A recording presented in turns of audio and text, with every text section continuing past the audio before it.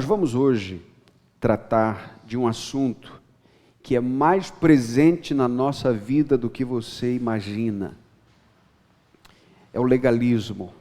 Como é difícil ter uma vida longe do legalismo. E eu quero convidar você a que abra a sua Bíblia em Gênesis capítulo 3. Eu vou ler os primeiros 4 versículos como introdução desse assunto, que é um assunto de muita importância. E um mal do qual nós precisamos nos livrar de maneira urgente, urgentíssima. Gênesis capítulo 3, versículos 1 a 4. Diz assim a palavra de Deus: Ora, a serpente era o mais astuto de todos os animais do campo que o Senhor Deus havia feito. E ela disse à mulher: Foi assim que Deus disse: Não comereis de nenhuma árvore do jardim? Respondeu a mulher à serpente: Do fruto das árvores do jardim podemos comer, mas do fruto da árvore que está no meio do jardim, disse Deus, vamos ler juntos: Não comereis dele, nem nele tocareis, se o fizerdes, morrereis. Disse a serpente à mulher, o que ela disse? Com certeza não morrereis. Senhor, nós rogamos agora a instrução do Teu Espírito Santo, para que essa palavra seja profundamente plantada no nosso coração, e que saiamos daqui mais parecidos com Jesus. É nesse nome, no nome de Jesus que oramos. Amém, Senhor. Nós vimos na última mensagem dessa série o tema antinomismo. E o que é o antinomismo? Esse nome que nem sempre a gente ouve, mas que sempre está no meio dos arraiais cristãos, tentando disseminar essa doutrina. Antinomismo é o fato de tentar viver uma vida sem a lei de Deus. É de alguma maneira pegar toda a lei de Deus e dizer: não vale, não serve, não é para nós. E é claro, o resultado disso será uma vida larga de pecado, será uma vida de relativização da palavra de Deus, tudo será relativo, e certamente uma secularização, ou seja, o mundanismo vai entrando. E se você deseja entender um pouco melhor o que é antinomismo, vá lá no canal da igreja e há uma mensagem sobre isso. Hoje nós vamos falar sobre o legalismo. E a primeira inclinação que nós temos é dizer que um é contrário ao outro. Em alguma medida, sim. Um diz: nada é pela lei. E outro diz: tudo pela lei. Mas veja, é importante lembrar que, embora sejam faces distintas, são faces da mesma moeda. Um legalista é tão pernicioso quanto um antinomista. E uma fé antinomista ou antinomiana, ela é tão danosa quanto uma fé legalista. E hoje, na abertura desse culto, nós lemos um texto de Paulo a Timóteo, dizendo que o obreiro precisa manejar bem a palavra da verdade. E eu vou lhe dizer a razão. Quando o legalismo começa do púlpito, se torna uma epidemia na igreja. Quando o legalismo começa com a liderança, nós temos uma igreja e uma membresia legalista. E o cenário é terrível. Na última quarta-feira, abrimos aqui uma série em 3 exposições, em 3 episódios, em Tito. E o capítulo 1 de Tito é uma mensagem de Paulo não só para instruir as igrejas, ordenando presbíteros em cada igreja de Creta, mas também que esses presbíteros fossem instrumentos da parte de Deus para calar os legalistas que estavam lá, os faladores, como disse Paulo, aqueles que ordenavam leis humanas, aqueles que instruíam pela via da lei humana. Eu não sei se esse motor vai continuar ligado aí. Não? Ok. Agradeço. Eu não tenho nada com isso, tá, gente? Não foi poder da palavra, nada disso. O caminhão não pifou, certamente. Não atribua a mim o que eu não tenho. Então veja.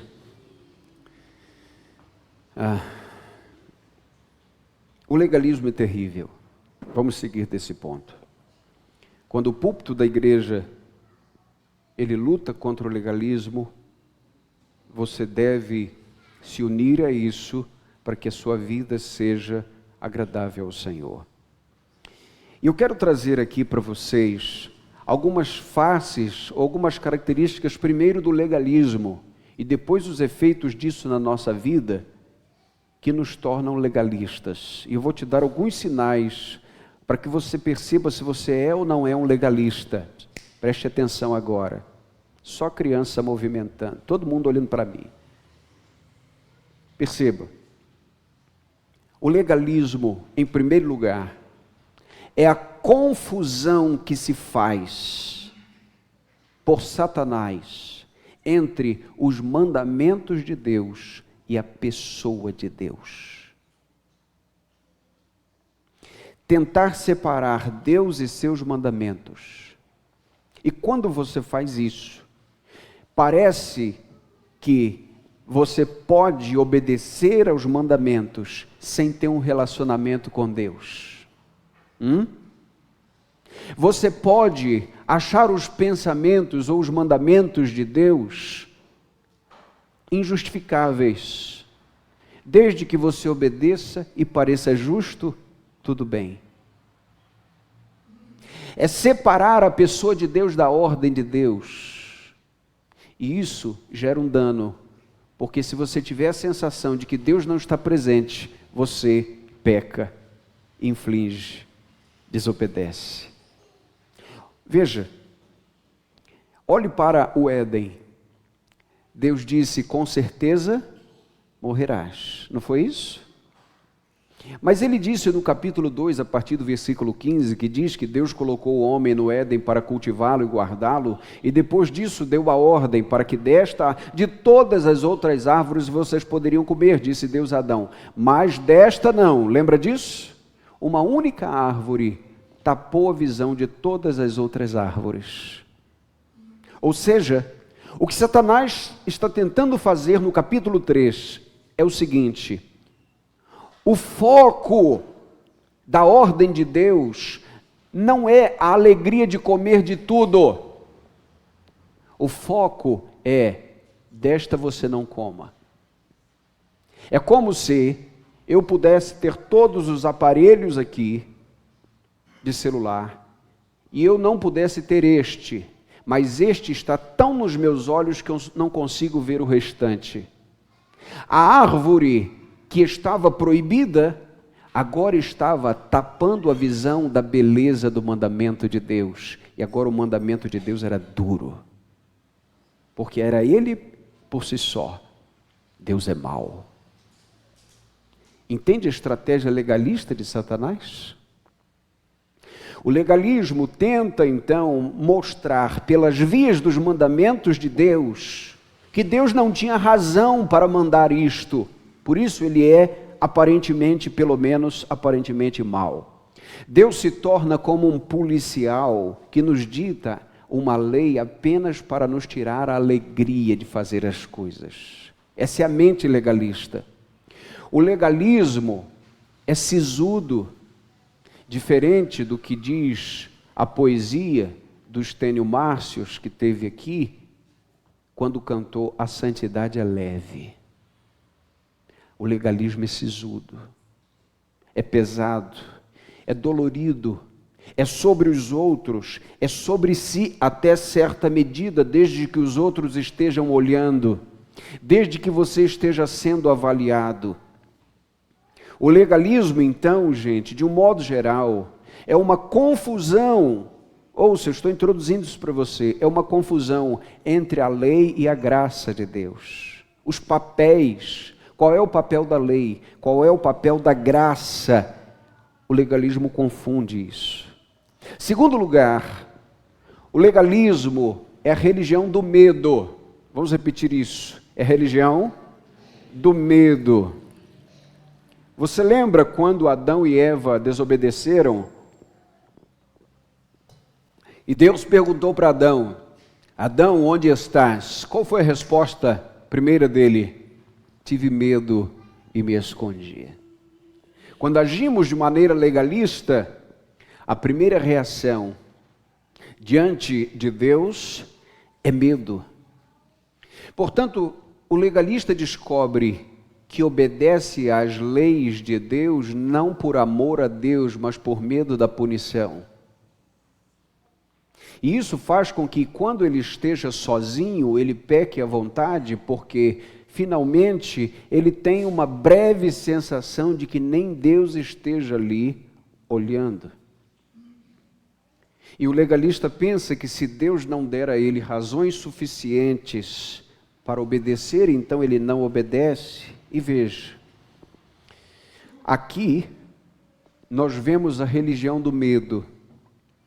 E eu quero citar algumas parábolas na caminhada de hoje. E a primeira parábola é a parábola das 10 minas. Lembra? Isso está em Lucas capítulo 19. E o Senhor pergunta aos servos o que eles fizeram com as 10, com as 5, e depois chega aquele que ficou apenas com uma. E ele não tinha multiplicado. E a resposta dele foi: Senhor, aqui está a tua mina, guardei num pano, pois tive medo de ti, pois és homem severo, tomas o que não deste e colhes o que não semeaste. Ei, olha a mente do legalista: eu tive medo. Ele não percebe que aquele que tinha 5 recebeu o galardão de ter mais 5. Pela graça ele recebeu 5 e pela graça ele multiplicou mais 5. Não há mérito algum. Mas agora ele toma a graça e ele a esconde. E agora o medo dele o sentimento dele é o medo. E o medo dele é ser avaliado por Deus. Portanto, o legalista, aprenda isso, entenda isso. Ele não deseja o céu por amor à eterna presença de Deus. Ele só tem medo do inferno.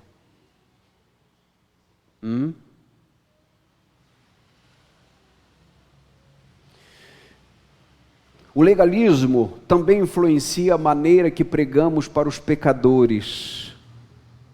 O legalista olha alguém que é um bom vizinho, um bom pai, uma boa mãe, um bom filho, um bom estudante, um bom profissional, e ele diz: esse será um bom crente, investe nele.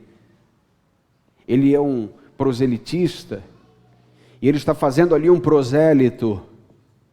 Mas se ele percebe alguém pecador demais, que faz coisas terríveis, talvez faz aquilo que a média, o sarrafo médio coletivo não faz, então ele diz para esse: não tem jeito. Sabe por que ele pensa assim? Porque ele acha que é pela obediência da lei que se consegue as coisas diante de Deus.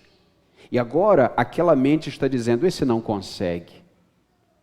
Ele não consegue ser uma cópia minha. Porque ele acha que o dever de converter é dele. E essa é a mente de um prosélito. Então, se ele se dá por vencido, porque aquele pecador é tão pecador que ele não vai conseguir convencê-lo, então ele diz: para este não tem solução. Ele esquece que é a graça de Deus que converte. O legalismo também, querido e querida, influencia a nossa visão de santificação, não é só de salvação. Ouça isso. A nossa santificação também depende da graça de Deus. E esse é o problema, esse era o problema da igreja dos Gálatas, da Galácia. Você lembra que Paulo escreveu para esses crentes, e eu quero ler com você um trecho da carta dele, mostrando qual era o problema, qual era o erro do pensamento. Olha só o que Paulo diz no capítulo 3, versículos 1 a 3. Ó Gálatas insensatos, quem vos seduziu? Não foi diante de vós que Jesus Cristo foi exposto como crucificado? Ou seja, Jesus já não morreu por vocês não sabem disso? É só isso que quero saber de vós. Parece que está perdendo a paciência aqui. Foi pelas obras da lei que recebestes o Espírito ou pela fé naquilo que ouvistes? Ou seja, vocês vivem a vida de salvação e vocês caminham por causa da obediência de vocês à lei, ou foi pela graça, ou foi porque o Senhor fez isso por vocês? O Espírito Santo mora em vocês porque vocês são bons ou porque Cristo conquistou isso para vocês? Vocês estão confundindo isso, disse Paulo. Verso 3. Sois tão insensatos assim, a ponto de, tendo começado pelo Espírito, agora estar agora vos aperfeiçoando pela carne.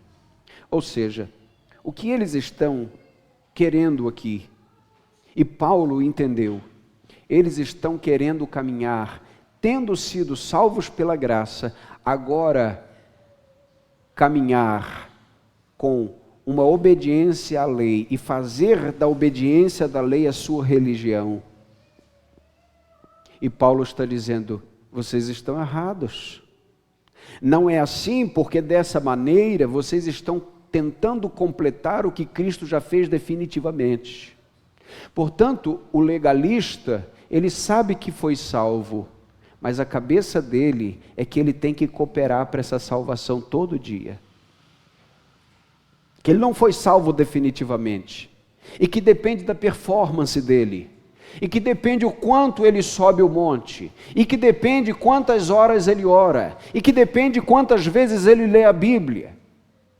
Fosse assim, o ladrão da cruz não poderia ter sido salvo. Nós não estamos dizendo que nenhuma dessas questões são em si ruins. Orar mais, ler mais a Bíblia, nós estamos falando disso aqui o tempo inteiro, tudo bem? Dito isto, o que Paulo está dizendo para os Gálatas é o seguinte: vocês estão achando que a performance de vocês na carne, que faz com que vocês consigam caminhar, vocês começaram pelo Espírito, mas estão agora continuando na carne. Veja o capítulo 5. Veja o versículo 4.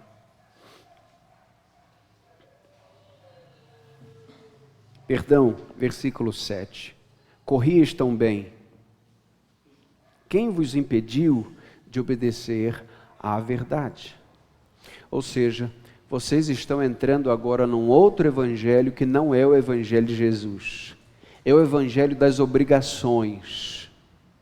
Volto a dizer aqui, obrigação ou obrigações tem a ver com outras religiões. Quem faz obrigação na esquina, quem faz obrigação nos túmulos, nas noites, essa palavra não é nossa. Nós temos responsabilidades, é diferente. A fé não é um contrato que Deus assinou e eu assinei do lado, e que se eu rompo eu estou perdido. A lei, embora o Senhor tenha assinado, a salvação, embora o Senhor tenha assinado com o sangue de Cristo, a salvação, ela é ato do Senhor. E neste momento, ao invés de eu me sentir num contrato preso a Ele, eu percebo que eu estou nas implicações dessa união. Ou seja, não é uma maneira comercial que eu estou com Deus, mas é uma maneira relacional que eu estou com Deus. O legalista sempre tem uma mente contratual. O legalismo tenta, portanto, reconstruir o que Cristo já demoliu. E esse era um problema de outra igreja também a que Paulo escreveu. A igreja de Colossos. Por exemplo, abra sua Bíblia em Colossenses. Capítulo 2. E marque esse capítulo para que você possa ler em casa. Paulo está combatendo o legalismo aqui também.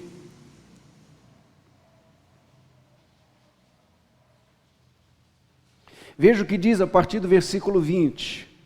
Visto que morrestes com Cristo para os espíritos ou os princípios elementares do mundo, por que vos sujeitais ainda a mandamentos como se vivesseis no mundo, tais como não toques, não proves, não manuseis?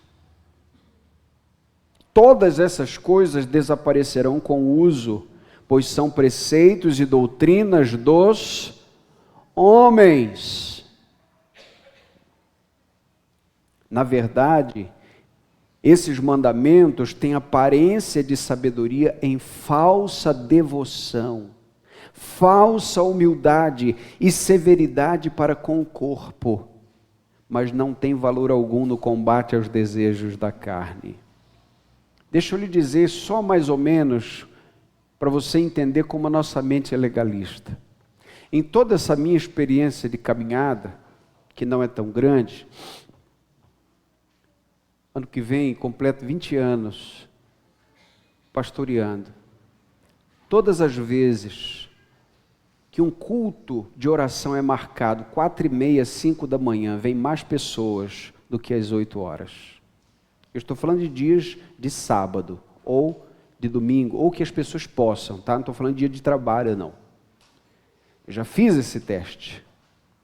Por que as pessoas vêm no de 4h30, no de 5? Porque é sacrifício. E eu dou uma parte.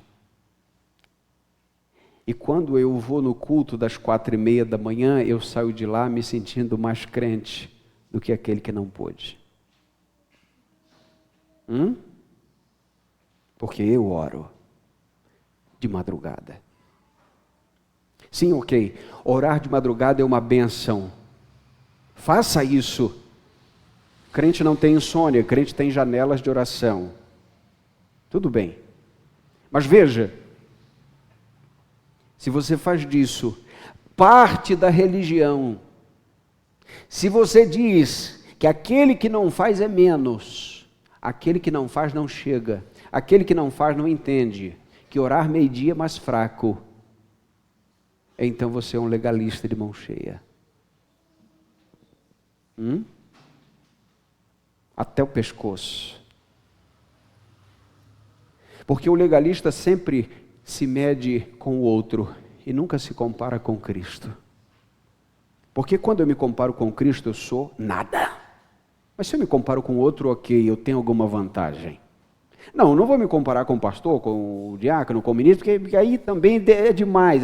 Deus exige deles outra coisa. Eu vou me comparar com esse aqui. Não, nem lá nem cá. Olhe para Cristo. E veja que eu e você não valemos nada, não gabaritamos em nada. Cristo é tudo em todos. E deixa eu lhe dizer, os legalistas de Colossos, que é a cidade para quem Paulo escreve a carta aos Colossenses, diziam o seguinte: nós temos um segredo espiritual. E é aqui que tem o segredo espiritual. E o nome desse segredo se chamava pleroma. Já disse isso aqui uma vez ou outra. E pleroma no grego tem a ver com plenitude. Ou seja, quando nós oramos, nós conseguimos a plenitude. Nós temos um mistério diferente aqui, que os crentes rasos não têm. E se vocês desejam, vocês têm que aprender com a gente. Todas as vezes que eu tomo a salvação e o contato com Deus, e eu digo, Cristo não é suficiente, mas o que Ele fez e o que eu faço, então eu sou um legalista.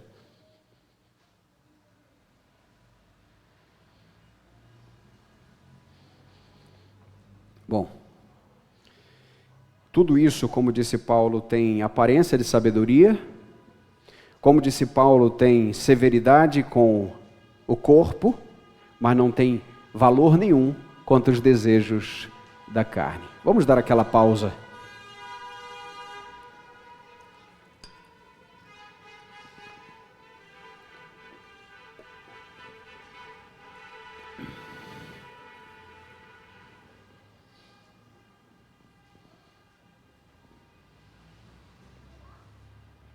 Ore por eles.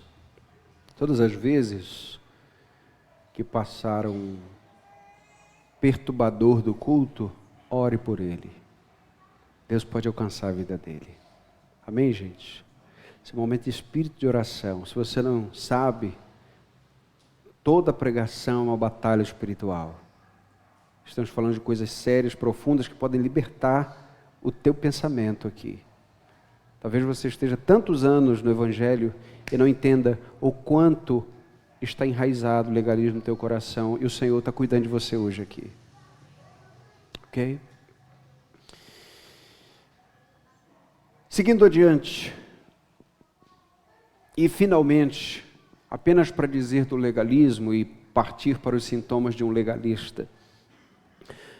O legalismo ignora que estamos na aliança da graça e tenta nos transportar para a aliança das obras. Eu vou explicar isso.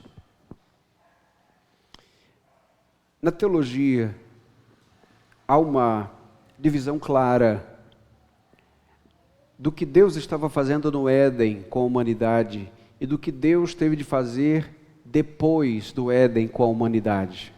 Ou seja, Deus tem uma aliança com o seu povo, Deus tem um pacto conosco. E no Éden, o nome que se dá a essa aliança é aliança das obras. Qual é a aliança das obras, gente? Vou explicar rapidamente. Deus criou o homem perfeito, com arbítrio livre, lá no Éden. Não esqueça disso, no Éden. Sem pecado, com capacidade para não pecar. E fez com ele um pacto: se você obedece, então você tem uma recompensa. Esse é o pacto das obras. Você faz e a recompensa é no final. O homem não tinha pecado. Ele podia pecar, mas podia não pecar também. O arbítrio era livre. Ele podia preferir Deus e preterir o pecado. Mas acontece que Satanás entrou no ambiente do pacto das obras, onde, naquele tempo probatório, Adão e Eva pecaram contra Deus.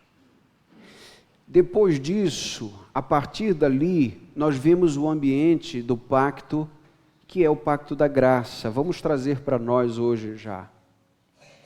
O que é o pacto da graça? É saber que nós não conseguiremos fazer o que Adão também não conseguiu. Porque já que ele não conseguiu, tendo um coração sem pecado ainda, num ambiente sem o pecado, com arbítrio habilitado para tal, muito menos nós conseguiremos, ou nós conseguiríamos. É só que o legalista age como se estivesse gabaritando aqui no pacto das obras. Ele sabe que não gabarita, mas ele exige que os outros gabaritem. E aqueles que não gabaritam são inferiores, e ele está aqui. Ou seja, me permitam a expressão difícil, ele cospe na graça. Ele diz: não preciso, eu consigo voltar ao Éden e pela minha obediência fazer o que faço.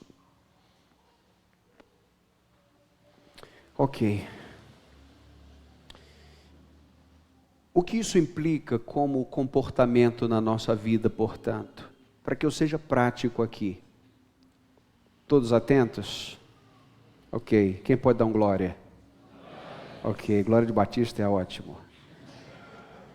Apenas para que a gente possa Vou ver os olhos aqui, porque eu vi alguns irmãos intercedendo por mais tempo e eu fiquei preocupado. Sintomas de um legalista. O legalista se acha melhor que os outros, ponto. O legalista se acha melhor que os outros, ponto. Não há um legalista que se acha inferior. O legalista odeia Paulo ter dito: considerai os outros superiores a vós mesmos. Esse é o pior versículo para o legalista. Ele não consegue entender, ele não resolve essa equação na cabeça dele. Ele acha que porque faz melhor, porque consegue melhor, porque tem melhores atributos, porque consegue estar mais, porque consegue fazer, então ele é melhor, e ele não tem caminho algum para encontrar superioridade no outro. Portanto, eu quero dizer as razões ou os sintomas que ele mostra pelo fato de se achar melhor com o coração legalista. Por exemplo, ele se acha melhor que os outros por se achar mais santo que os outros. Ele se compara com os outros e se acha superior. Então eu quero citar mais uma parábola aqui. A parábola do fariseu e do publicano. Ouça, Lucas 18, de 9 a 12. Contou também esta parábola. E veja, qual é a razão pela qual Jesus conta a parábola. Se você vê no capítulo 18, Jesus conta uma parábola sobre o dever de orar sempre e nunca desanimar. Versículo 1. Ele está dizendo a razão pela qual está contando a parábola. Você não precisa fantasiar, você não precisa alegorizar. Jesus já está dizendo, ok? Assim como a do bom samaritano, Jesus conta para responder a pergunta: quem é o meu próximo? O texto diz aqui: contou-lhes também esta parábola a alguns que confiavam em si mesmos. É o legalista, achando-se justos, e desprezavam os outros. Vou ler de novo. Por que Jesus contou essa parábola? Contou também esta parábola a alguns que confiavam em si mesmos, achando-se justos, e desprezavam os outros. 2 homens, a parábola diz, subiram ao templo para orar. Um era fariseu e o outro publicano. O fariseu de pé orava consigo mesmo: ó Deus, graças te dou, porque não sou como os outros homens, ladrões, injustos, adúlteros, nem mesmo como este publicano aqui. Jejuo 2 vezes por semana e dou o dízimo de tudo quanto ganho. Aleluia. Glória a mim mesmo. Só faltou dizer isso. Ele canta: grandioso és tu, olhando no espelho. Ele é especialista nos 10 mandamentos. Ele sabe de Bíblia. Ele citou aqui pelo menos uns 2 ou 3. Ele é alguém com uma disciplina religiosa bem meticulosa. Ele consegue dizer o que faz e como faz e porquê, quais são as ferramentas. E veja, ele é generoso aparentemente, pelo menos abnegado, ele dá o dízimo de tudo que tem, ele vai além porque ele dá da renda, mas também dá dos seus bens. Só que veja, o coração dele é um coração legalista, porque ele faz todas essas coisas para dizer no final: sou melhor do que os outros, estou acima da média. Então ele também ora mais do que os outros, não por amor à presença de Deus, mas para estar acima da média. Então ele não vem no culto mais porque ama a presença de Deus, ama seus irmãos e sabe que é um pecador e precisa da comunidade de pecadores arrependidos, tornados santos, para que experimente essa comunhão. Ele vem exatamente para dizer que ele é melhor do que aqueles que estão lá. E ele sentir essa superioridade um pouco mais. Portanto, o legalista, ele se acha mais santo que os outros. Segundo, o legalista se acha melhor que os outros por ter mais tempo ou de convertido, ou por ter mais tempo de membresia em uma igreja. Eu quero abrir um parêntese aqui importante. A nossa igreja que completou 90 anos. Que grande bênção, meus irmãos, é ter irmãos e irmãs de longa data no mesmo endereço de uma igreja local. Temos aqui irmãos com 50 anos, com 40 anos, com 30 anos. Que bênção. Em setembro agora, permitindo o Senhor nosso Deus, eu vou pregar num dia de sábado, na igreja que eu nasci e cresci. Olha só, o pastor já até falecido. Acho que vai ter, sim, terá, o aniversário da igreja. E todas as vezes que eu volto lá, eu vejo rostos antigos de gente que estava lá quando eu era criança. E não sei por que razão, é claro, a gente acaba imaginando, todas as vezes que nós chegamos em um lugar que nós frequentávamos quando era criança, o lugar parece menor. É porque, na verdade, nós crescemos. Então é uma bênção ver aqueles irmãos antigos lá. Agora fecha parêntese, porque eu não estou falando da bênção de ter irmãos por tanto tempo numa mesma congregação. Eu estou falando agora de um problema, e não de uma virtude. Tudo bem? O legalista, ele entende que tem tempo de casa, que tem tempo de carteira, e que ele tem mais tempo de carteira assinada do que os demais, então ele merece mais. Ok. Vamos a uma outra parábola agora. A parábola dos trabalhadores da vinha. Os trabalhadores que trabalharam mais e por mais tempo receberam por último. Lembra disso? E qual foi a surpresa, ou qual não foi a surpresa deles, quando eles viram que não só receberam por último, mas receberam o mesmo salário do que aqueles que haviam acabado de chegar. Falei, ei, eu mereço mais, eu tenho mais capacidade, deveria ser eu o primeiro. Isso aqui não é justo com a minha competência, eu deveria ter mais prestígio, eu tenho mais tempo de convertido.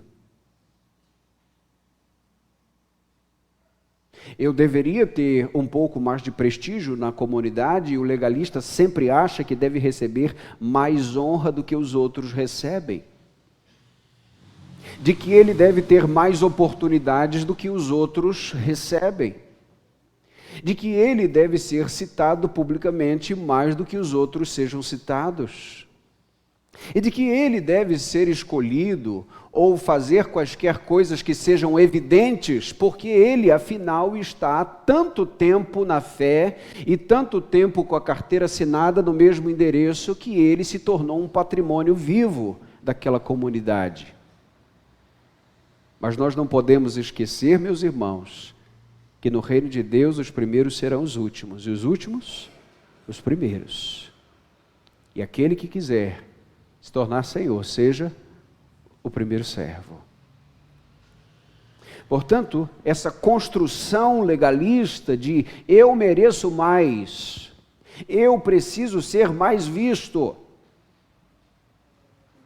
E essa é a razão pela qual, por vezes, meus irmãos, e eu louvo a Deus porque não percebo isso aqui, mas por vezes um pastor novo que chega numa igreja, ele encontra tantas barreiras, porque há aqueles que em muitos lugares, infelizmente, se acham donos da igreja e não permitem que aquele pastor avance, porque afinal eles sabem como é bom e eles sabem do que Deus gosta.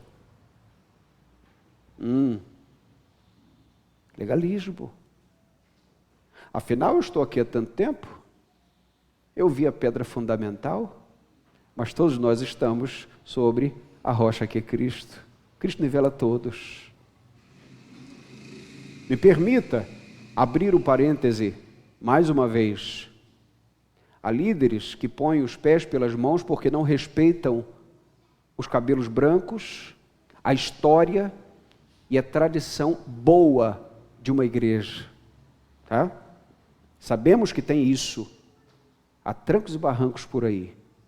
E quem não faz assim, respeita a história. Quem não respeita a história, destrói a identidade de um povo. Mas fechando mais uma vez esse parêntese, eu quero falar não desta virtude, mas do problema. Portanto, veja, Se você percebe que o teu coração sente isso, é um sinal, é uma luz amarela. E por fim, o legalista, ele se acha melhor que os outros por ter mais evidência de boas obras que os outros. Eu faço mais que os outros. Não é só eu sou mais santo e eu não faço isso há mais tempo. Eu tenho maior número de boas obras. Eu tenho um portfólio aumentado. Ok. Geralmente o legalista tem pouca paciência com pecadores, confessos.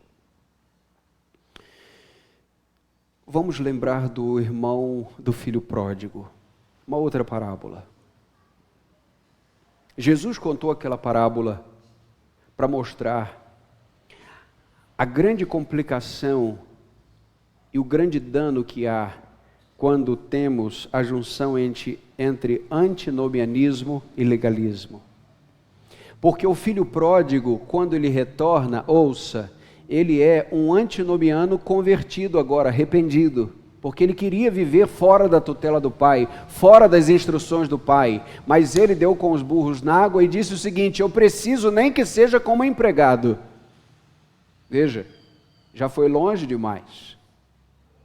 Mas entenda-se que agora ele está deixando para trás o antinomianismo, até que ele chega em casa e tem que encarar um legalista. Ô pai, ele saiu, gastou tudo, eu estou aqui a vida inteira, nunca fui embora, bato o cartão, tenho meu ponto, e o senhor não me dá nada, nem um cabrito? Aí o senhor mata para ele um boi? É isso? Ó legalista. Eu faço isso tudo aqui para o senhor. Deixa eu lhe falar. O filho pródigo queria voltar como um escravo, como um empregado. Mas o legalista não tinha também a mentalidade de filho, a mentalidade era de empregado. Eu faço para o senhor, eu cumpro isso aqui, e para mim nada. Que recompensa nós estamos esperando aqui? Não é assim que por vezes nós nos sentimos? Bem, precisamos então caminhar para as aplicações. Primeira aplicação, reflita. Reflita. Você percebeu que há alguma evidência de legalismo em sua vida? Você precisa identificar isso. Quantas vezes, meus irmãos, eu tenho que lutar contra o legalismo, porque Adão quer aparecer e mandar na cena. A velha natureza quer fazer as coisas pela carne. E nós precisamos então da correção do Espírito. Primeira questão então, você precisa refletir. Há algum sintoma de legalismo na sua vida? Segundo, você se orgulha disso ou você se arrepende disso? Porque pode ser que para o legalista ser descoberto como tal é uma virtude. Porque os fariseus amavam ser vistos orando e dando dízimo e no culto, porque eles só queriam ser vistos pelos homens. Será que nos orgulhamos disso? Mas veja, vamos caminhar para o restante da parábola do fariseu e publicano. O publicano de pé, agora a cena é no publicano. De longe, nem mesmo levantava os olhos aos céus e lamentava-se profundamente, dizendo: ó Deus, tem misericórdia de mim, porque eu sou um pecador. Digo-vos que este desceu justificado para casa e não outro, pois todo aquele que se exaltar será humilhado, mas o que se humilhar será exaltado. Mais uma pergunta: qual foi a última vez que você bateu no peito com indignação e disse: ó Deus, tem misericórdia de mim, que sou um pecador? Isso é uma reflexão importante. Somos pecadores? Quantas vezes, meus irmãos, Deus nos permite experimentar o fracasso do pecado para que a gente entenda que de fato sem Cristo é fracasso em todo tempo. E que se não fosse a misericórdia de Deus, nós nem aqui estaríamos. Portanto, a primeira reflexão, você percebeu que há sintomas? Então, abandone o legalismo, ou lutemos juntos contra o legalismo. E a maneira de lutar contra o legalismo não é um pouco de antinomismo. A maneira de lutar contra o legalismo é mais evangelho na nossa vida. Ok, eu estou fazendo as coisas demais pela lei, então eu vou fazer menos pela lei, eu vou correr para o outro polo. Não, o centro, o equilíbrio, o remédio é o evangelho. É não separar a lei santa de Deus do caráter santo de Deus. Essa esquizofrenia espiritual no comportamento. E aqui nós precisamos compreender que todos os dias nós estamos lutando contra as evidências do legalismo na nossa vida.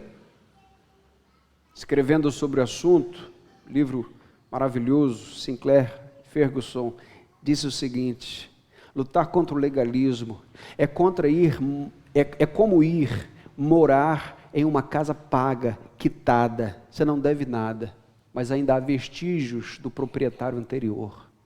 O que queremos dizer é que você pode confiar na graça de Deus, você pode estar salvo por Jesus e ainda assim ter vestígios de legalismo na sua vida. E só se enchendo mais do Evangelho, mais da pessoa de Cristo. E nós precisamos que Cristo transforme algumas esferas da nossa vida. Ouça isto e leve para a sua vida. Nós precisamos que Cristo transforme a nossa visão sobre nós mesmos. Vamos repetir? Cristo transforme a nossa visão sobre nós mesmos. Senhor, eu sou um pecador. Dessa maneira, meu irmão, minha irmã, ninguém vai se sentir superior ao outro. São pecadores lidando com pecadores. Quando alguém pecar, quando alguém passar na sarjeta do pecado, não esqueça que você precisa lembrar, poderia ser eu. Mas pela restringência da graça, o Senhor está cuidando de nós. Portanto, você também e nós precisamos pedir a Cristo que não só transforme a nossa visão sobre nós, mas transforme também a nossa visão sobre os outros. Nós precisamos pedir a Deus que transforme a visão que nós achamos que os outros têm sobre nós. Eu vou aprofundar aqui, preste bem atenção. Essa talvez seja a parte mais sutil, e você precisa estar atento a isso. Quando você entra na igreja, quando você entra em comunidade, quando você anda entre as pessoas, você tem uma visão do que você acha que as pessoas acham de você. E essa visão pode ser errada porque primeiro pode ser superestimada. Uma visão que eu tenho, ou uma compreensão que eu tenho, de que as pessoas olhando para mim me achem o melhor. Precisamos corrigir isso. Ou quem sabe você entra no ambiente coletivo e acha que todos estão contra você. Que todos estão voltando os olhos contra você. Isso é legalismo também. Ó Deus, tem misericórdia para que eu não ande no crivo dos olhos humanos, mas que o meu prazer seja andar na Tua presença, agradando ao Senhor e fazendo a Tua vontade, mesmo sabendo que não serei perfeito, mas garantido pela obra de Cristo, que é uma obra perfeita, então eu posso ser aceito. Porque quando nós temos uma distorção do conceito que as pessoas têm conosco, seja superestimando, seja subestimando, nós podemos, em alguma medida, ter a medida do outro, a régua da nossa própria percepção. Ou seja, você sempre vai avaliar as pessoas conforme a tua própria régua. Importante que a gente entenda isso, para que nós não cheguemos num lugar santificado para o culto, e sentando, olhar para o lado e dizer, que bando de hipócritas. Esse é o profundo sentimento de um legalista. Cuidado, por fim, para não cair no antinomismo quando fugir do legalismo, que essa é a versão mais comum. Lembra daquela pessoa que estava fazendo tudo, cumprindo tudo, fazendo todas as coisas, e de repente ele virou um mundano, ele virou um à toa, ele virou um falastrão, ela virou uma mulher que gosta de orgia, das coisas do mundo, veja, não entendeu o evangelho quando era legalista, e não entendeu o evangelho porque se tornou uma antinomista ou um antinomista. Qual é o remédio disso, gente? Evangelho. Conhecer o caráter de Deus e não dissociar Deus e sua palavra. O caráter santo que é revelado na palavra é exatamente aquilo que Deus é. Que Deus nos abençoe nessa manhã, que Ele tenha misericórdia de nós, para que fujamos dessa peste, deste ambiente pernicioso que é o pensamento legalista. Que o Senhor nos dê um ambiente de graça, de obediência, é claro, mas de muita graça e misericórdia. Que Ele nos abençoe em nome de Jesus. Amém.